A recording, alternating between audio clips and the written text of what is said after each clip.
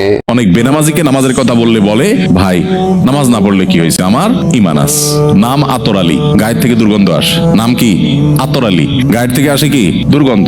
ব্যাপারটা ওইরকম। আপনি বলতেছেন নামাজ না পড়লে কি হয়েছে, আমার ঈমান আছে। মানে আপনার ঈমান এত মজবুত, আপনার ঈমান তো আমার দরকার, যে না পড়লেও থাকে।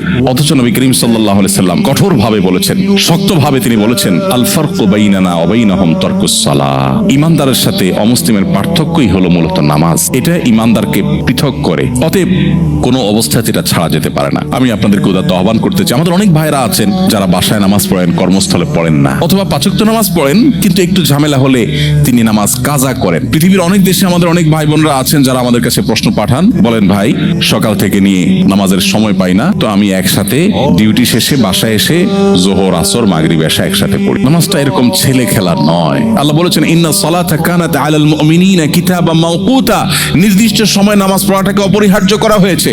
আপনার যদি এমন কোন জব, এমন কোন চাকরি করতে হয় যে চাকরি করতে গিয়ে আপনি নামাজ পড়তে পারবেন না, তো সেই চাকরি আপনি করবেন কিনা তার আগে সিদ্ধান্ত আপনাকে নিতে হবে আপনার ঈমানের আলোকে।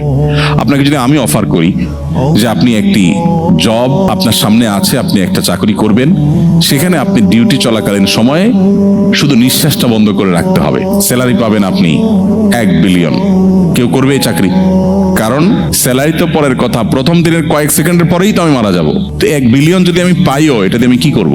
ঈমানদারের কাছে নামাজটা সেরকম। আমার নামাজ যদি পড়াই না যায়, আমার ঈমানে যদি না থাকে, তো আমি এই চাকরি দিয়ে কি করব? অনেক